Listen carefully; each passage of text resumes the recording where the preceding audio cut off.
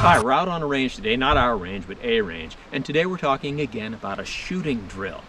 This drill has many different names. I know it as the Mozambique Drill, sometimes called the failure to stop drill. And the way it looks is that you have an adversary coming toward you, shooting at you, whatever. You come out with your pistol, you fire a controlled pair, center mass, and then you make the assessment, did you or did you not hit the target? Did you or did you not incapacitate the target? You fire and you know you hit but didn't incapacitate, then you come up for a third shot at the head. The thought is that your adversary is wearing body armor or something like that. Now, as soon as I describe this drill, there's two knee-jerk reactions that a lot of people have. One is the reaction that seems like it would take an awfully long time that you wouldn't really have. The other reaction is that there is no way you're going to have the presence of mind while someone is shooting at you to stand there and think, well, let's see, did I hit him? Yes, I think I did. I guess I better go for a headshot now. That you would never do that. Okay, if you're in one of those camps, I'm going to ask you to just hold on to that for a few minutes. At the end of today's presentation, we will have a discussion on the realism or relevance of this drill. But until then, let's just concern ourselves with how the drill works and how to improve it. So, I've got a target here that's about 5 yards from me, and it's been raining, so he's starting to droop. But the drill should look something like this.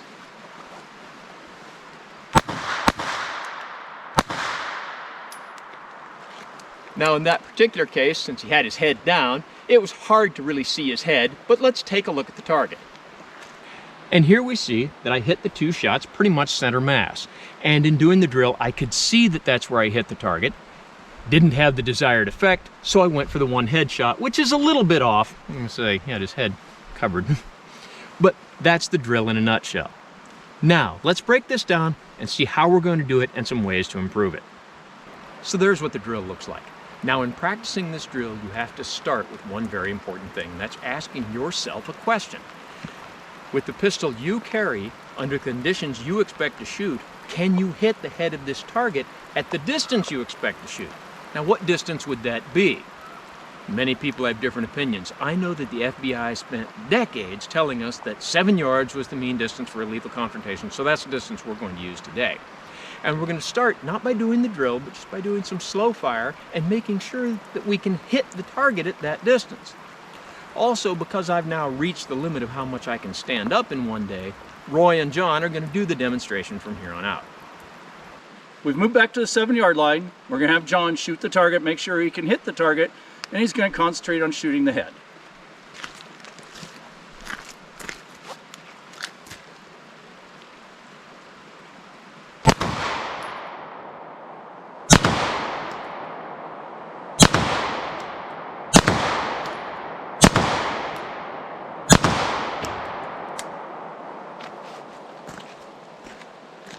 All right, let's go look at the target. So here's his hits, and this one over here is just him. There's in no particular order, 1, 2, 3, 4. So we know he can hit the target, so let's go run the drill. We're trying to film between storms today. We've marked the shot holes. We're gonna have John run the drill now. He's gonna do it slow and deliberate until we need to speed up.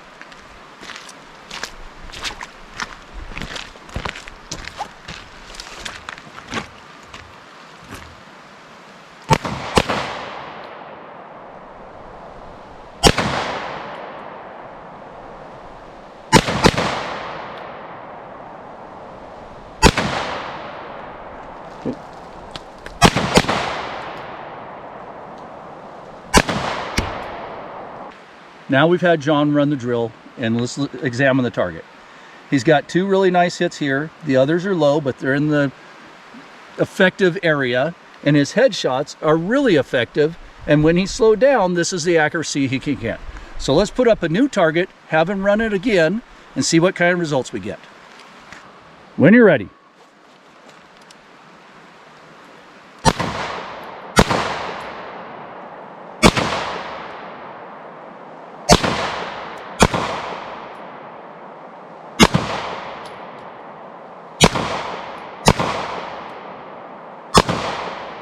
So now John's run the drill.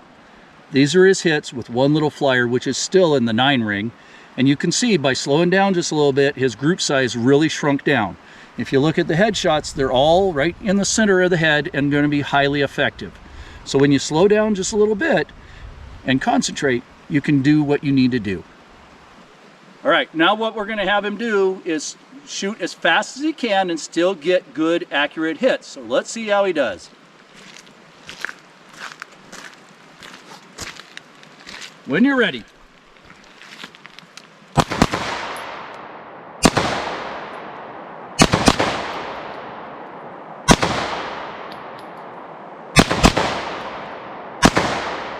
John shot the drill 3 different times.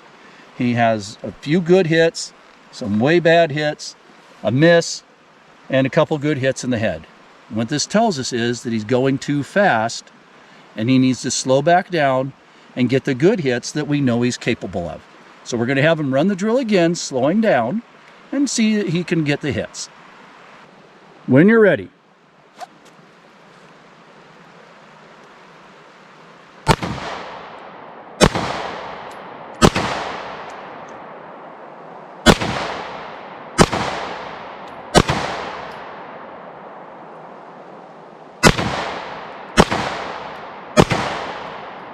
Here are the results when John slows down.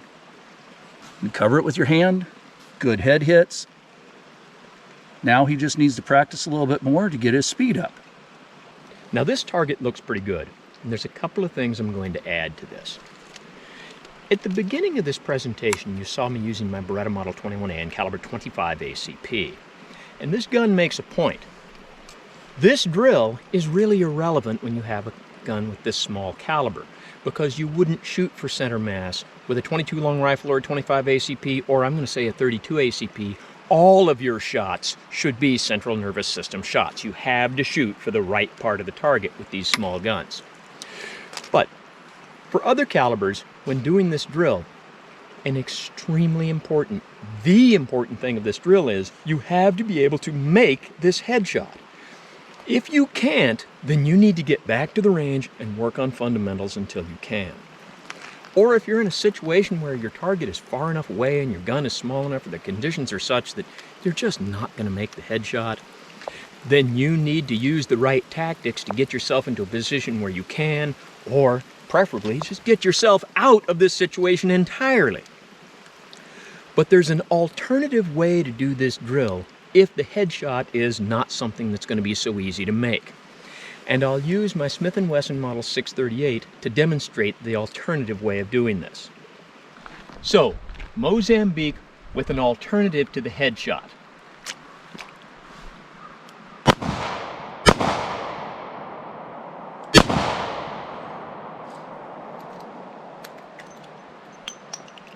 Now, normally I wouldn't eject the brass into my hand like that, but I wanted to keep the live rounds that I had there.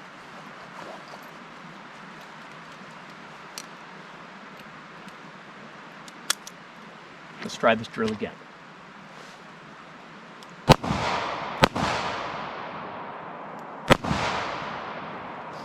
Now let's take a look at the target. And here's our 4 center mass hits. But remember, I wasn't shooting at the head for the third shot. For the third shot, I'm shooting right down here. Okay, this might look funny, and some people will call this alternative method the Butters technique. But in all seriousness, most people have a pelvis that's bigger than their head. And their pelvis is not quite as mobile as their head. And if you shoot someone in the pelvis, it might not be an instantly fatal wound, but it should knock them right down. And so depending on the situation and your ability and the distance and so forth, the Butters method might be what you want to do. Okay everyone, my apologies for sitting here like this for the conclusion portion of today's presentation. I know this looks lame, but the reality is I am lame, and this might be the last time you ever see me on camera. Okay, that having been said, we were going to talk about the relevance of this technique. A lot of people have that knee-jerk reaction, and they said, there's no way you're going to have the presence of mind to do this. And in discussing it earlier, I could hear the forest echoing with "Nuh-uh, Paul, you would never do that." Now, that is a tangent I could talk about for an hour, but I'll try to keep it very brief.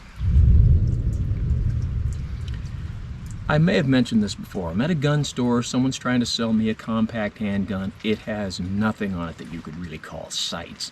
And I pointed that out. I couldn't use this with no sights. And the gun store employee told me something to the effect of, "Oh, when you get in a shooting, there's no way you're going to be looking at your sights." I love it how a total stranger can be so sure about what I'm going to do. Now, I have been in a few situations where I had to come, the metaphoric, very close to shooting somebody, and I guarantee you I was looking at my sights in those situations. The times that I have had to shoot what I call for real, I was looking at my sights, except the one occasion where it was dark and I couldn't see my sights anyway. So it's kind of silly when you tell me, no, you would never do that, when I've already done it. Sometimes you'll see me demonstrate shooting handguns at 50 or even 100 yards. And there's always some people in the commentary who will say, "You would never do that."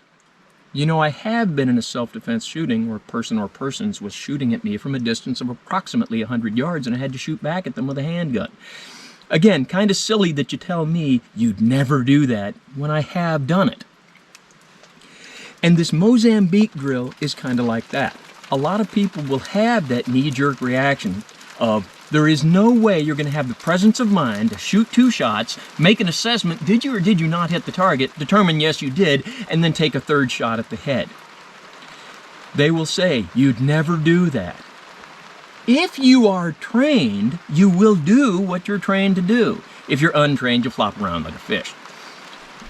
And if you train on this technique, you may very well be able to put it to use. It's seldom that criminals are wearing body armor when they're dealing with citizens. As a citizen in a self-defense shooting, you probably won't run into anybody who's wearing body armor, but you might. Now, there's a police shooting video, and I looked for it and I couldn't find it, but I'll keep looking, and if I can find it, we'll include it, and if somebody finds a link to it, please post it, where police vehicle pulls over a suspect vehicle, 2 suspects get out and exchange fire with the police officer. At one point, this police officer's in that athletic stance with his butt sticking way out doing this, and he's just winging shots, bang, bang, bang, bang, bang, bang, at the suspect who's doing the same thing back at the cop, and they somehow manage to not hit each other, and then the suspect runs away. And according to what I've heard, that suspect was later captured. Now, a lot of people have watched this video and they kind of wondered, how is it that the cop didn't hit the guy? They weren't very far apart. But if you look really close at this video, you can see the suspect's clothing kind of moving, and there are people who are speculating the cop did hit him. He was just wearing body armor. And this whole shooting takes just a few seconds. And what I'm saying is, if the cop had been properly trained on this technique and had taken that extra half second, he could have fired a few, made an assessment, made the headshot, instead of winging shots like crazy into the neighborhood. So situations like this do occur, and I'm of the opinion that if you are trained, you can do this and be successful. Anybody remember that North Hollywood shootout where the bank robbers were neck to foot dressed in some kind of body armor, and the police fired a lot of rounds at them before someone finally had the presence of mind to shoot at their mind? If someone had trained on this technique, as opposed to taking that attitude of, you would never do that, maybe when they got into the situation where they needed to, they would have done that. So I'm of the opinion that this technique is relevant and can be very useful. And it depends on diligent practice, real training, and making that headshot. Okay, all that having been said, don't try this at home on what you call a professional, and thanks for watching the Mozambique Failure to Stop Drill video.